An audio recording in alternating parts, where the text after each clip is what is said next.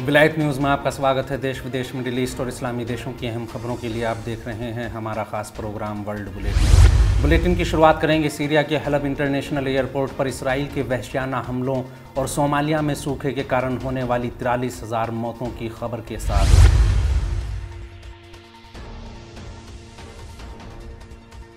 आतंकवाद के खिलाफ संघर्ष में निर्णायक जीत के बाद अरब देशों से रिश्ते बहाल करने में लगे सीरिया के हलब पर एक बार फिर इसराइल ने आतंकी हमले किए। स्थानीय मीडिया ने बुधवार सुबह सवेरे ही हलब और लाजिकिया शहरों में भीषण धमाके सुने जाने की खबरें देते हुए कहा कि ये हमले हलब अंतर्राष्ट्रीय एयरपोर्ट पर इसराइल के हवाई हमलों और सीरिया के एयर डिफेंस के नतीजे में हुए। अल जज़ीरा ने स्थानीय सूत्रों के हवाले से खबर देते हुए कहा कि हलब में धमाकों की आवाज़ का कारण हलब अंतर्राष्ट्रीय हवाई अड्डे पर इसराइल के हवाई हमले हैं। हमलों के कुछ देर बाद ही स्पुतनिक ने सुरक्षा अधिकारियों के हवाले से खबर देते हुए कहा कि सीरियन आर्मी की एयर डिफेंस यूनिट हलब और आसपास के शहरों पर इसराइल के आतंकी हमलों का जवाब दे रही है। वहीं राइटर्स ने इस घटना पर कहा कि सीरियन टीवी के अनुसार हलब और आसपास के इलाकों में धमाके हुए हैं। स्थानीय सूत्रों ने सोशल मीडिया पर कुछ वीडियो और तस्वीरें शेयर करते हुए कहा कि ये हलब इंटरनेशनल एयरपोर्ट और अन-नीरब एयरबेस पर इसराइल के हमलों की वीडियोस और फुटेज हैं। बता दें कि 2 सप्ताह पहले भी इसराइल ने हलब अंतर्राष्ट्रीय हवाई अड्डे पर हमले करते हुए रनवे को भारी नुकसान पहुंचाया था, जिसके बाद ये हवाई अड्डा कुछ वक्त के लिए थम गया था। दूसरी ओर अफ्रीका के संकटग्रस्त देश सोमालिया के बारे में एक रिपोर्ट जारी करते हुए WHO ने कहा है कि सूखे और अकाल के कारण सोमालिया में पिछले 1 साल के दौरान कम से कम 43,000 लोग मौत का निवाला बन गए, जिनमें आधी तादाद 5 साल से कम उम्र के बच्चों की है। WHO ने कहा है कि 2023 में भी हालात और गंभीर हो सकते हैं। संयुक्त राष्ट्र ने ऐलान करते हुए कहा कि सोमालिया में लगभग 7.6 मिलियन लोगों की बुनियादी ज़रूरतों और खाने पीने का इंतज़ाम करने के लिए $2.6 बिलियन की फ़ौरन ज़रूरत है। अगली खबर में बात करेंगे सऊदी अरब और ईरान के रिश्ते बहाल होने के बाद तल अवीव को लग रहे लगातार झटकों की।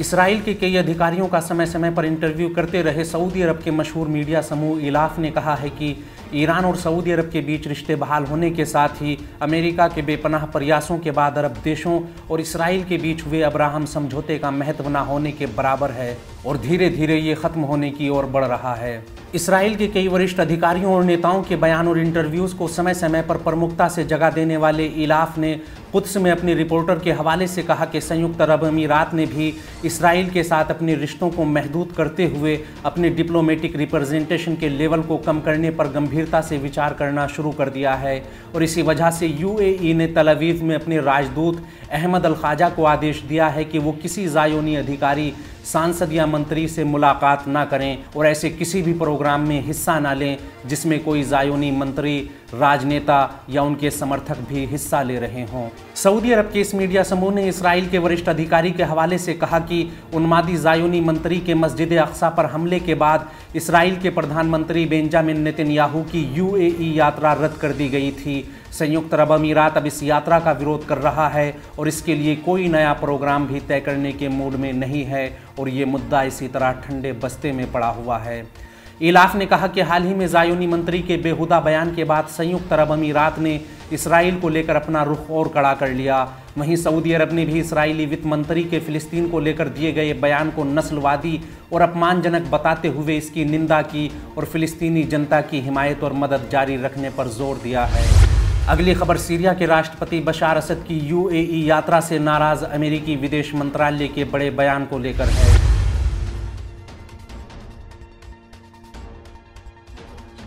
संयुक्त अरब अमीरात के राष्ट्रपति मोहम्मद बिन जायद ने रविवार को सीरिया के राष्ट्रपति बशार असद की मेज़बानी की। सीरिया संकट के शुरुआत में ही दमिश्क विरोधी ताकतों के सबसे बड़े सहयोगी देशों में शामिल UAE ने आतंकवाद के खिलाफ दमिश्क की निर्णायक जीत के बाद पाला बदलते हुए सीरिया से सिर्फ अपने रिश्ते ही बहाल नहीं किए, बल्कि वो सीरिया और अरब देशों के बिगड़े रिश्ते सुधारने में भी अहम किरदार निभा रहा है। 1 साल से भी कम अरसे में सीरिया के राष्ट्रपति ने दूसरी बार संयुक्त अरब अमीरात का सफ़र किया, जिस पर अमेरिका तिलमिला गया और साफ शब्दों में फिर से ऐलान किया कि हम दमिश्क से रिश्ते बहाल करने के सख्त खिलाफ हैं। CNN की रिपोर्ट के अनुसार अमेरिकी विदेश विभाग के प्रवक्ता वेदांत पटेल ने अरब जगत के सीरिया की ओर पलटने पर कड़ा रुख अपनाते हुए कहा कि हम ना तो खुद असद सरकार के साथ रिश्ते बहाल करने के पक्ष में हैं, ना ही किसी और को ऐसा करने की सलाह देंगे। खासकर उस समय तो हम किसी के भी दमिश्क से रिश्ते बहाल करने की बात से सहमत नहीं जब सीरिया संकट के राजनीतिक समाधान के लिए कोई बातचीत आगे नहीं बढ़ती।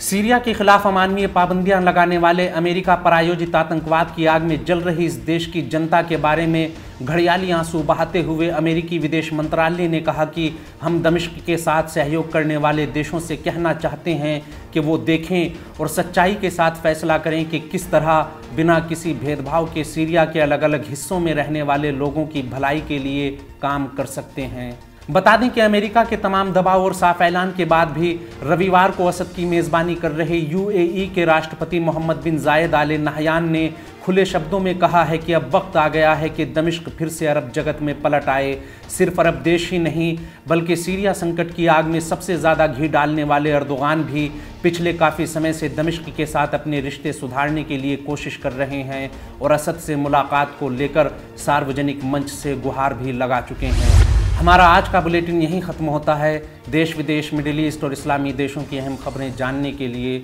विलायत न्यूज़ से जुड़े रहिए।